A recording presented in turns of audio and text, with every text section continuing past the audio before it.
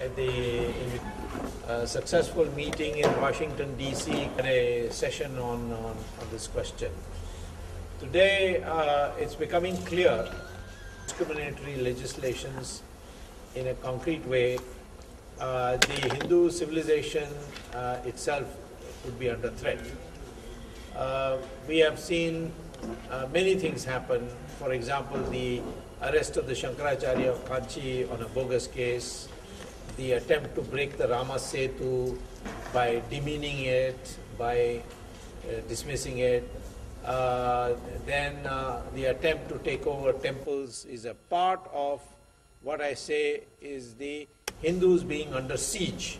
The Hindus are being targeted by international forces which have already decided in a meeting in Dallas, Texas in 2005, September 19th, that there will be an attempt to convert 10 crore or 100 million Hindus to Christianity. Therefore, this decision now in this particular case of fighting against the state control of temples is a part of the general struggle to liberate the Hindu society from attempts being made to demean it. And we have already successfully, I think very successfully fought the attempt to demolish the Rama Setu. Great mobilization has taken place, and now the Supreme Court has given a stay on my petition in the Supreme Court. And similarly, the Shankaracharya's arrest was challenged because they were refusing to give bail. So it was the bail application went to the Supreme Court, and the Supreme Court reviewed the material and declared the whole case as without prima facie basis. The temples cannot be managed by the state. If the state is genuinely secular, the temples cannot be managed by the state. You can have guidelines, but the temples have to be managed by the society.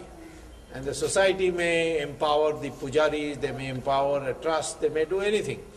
But you can have guidelines, but you cannot have the state manage it, state take away the money.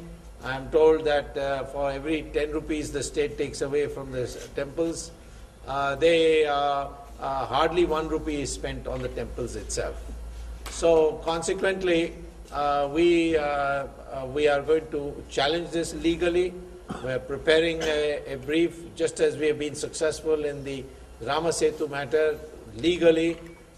Here too, we are planning to do so. Accidentally, about a week ago, I met the Chief Minister of Andhra Pradesh, Mr. Rajashekar Reddy, and I told him that I'm coming for this meeting, and he said, well, he is open to a discussion on what further needs to be done. He says, I've done a lot, but he has not done very much. He backed down on the handing out the 2 or 3 hills of Tirupati. Beyond that, he has done nothing. We want him to bring new legislation to scrap the old Endowment Act legislation and bring in what I would call as guidelines, how the society should elect governing trusts of temples, how the temple land should be managed, etc. But beyond that, the state should not do this. So the present legislation is scrapped. So he said he would be, therefore I could not talk to him. But in the future, in the near future, I shall be myself going with the organizers here to meet Rajashekar Reddy and give him one last chance to do it himself. Otherwise, I am 100% certain that this whole matter can be legally settled very quickly.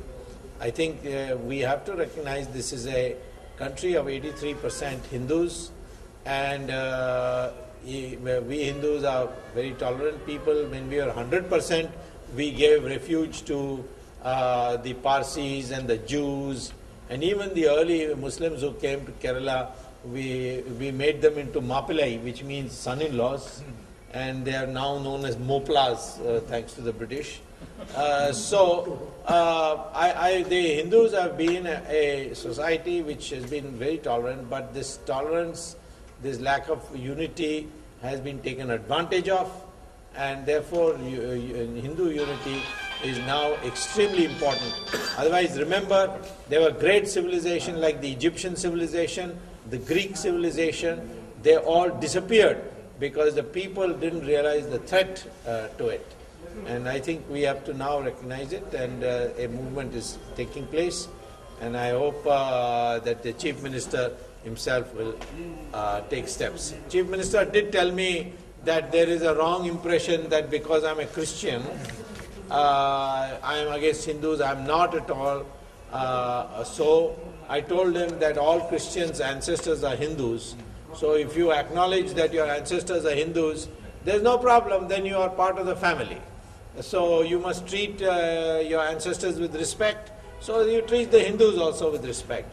All we are saying is scrap this act and bring in a new guidelines act for which all the sadhus can be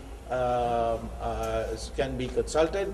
I'm happy to say that Swami Dayanand Saraswati has convened the Acharya Sabha of all top religious leaders, Mahamandaleshwars, the Shankaracharyas, everybody, and they are meeting in Chunchungiri Ashram in Bangalore on 9th, 10th and 11th. And this will be one of the items for agenda, a national struggle against the Hindu Religious Endowment Acts in all states, but Andhra Pradesh, because the people here have made already considerable progress, I think we will make Andhra a test case, and if the Chief Minister does not or voluntarily scrap it, we will definitely take it up both legally and we will agitate like we have done in the Ramasetu case. That's sufficient.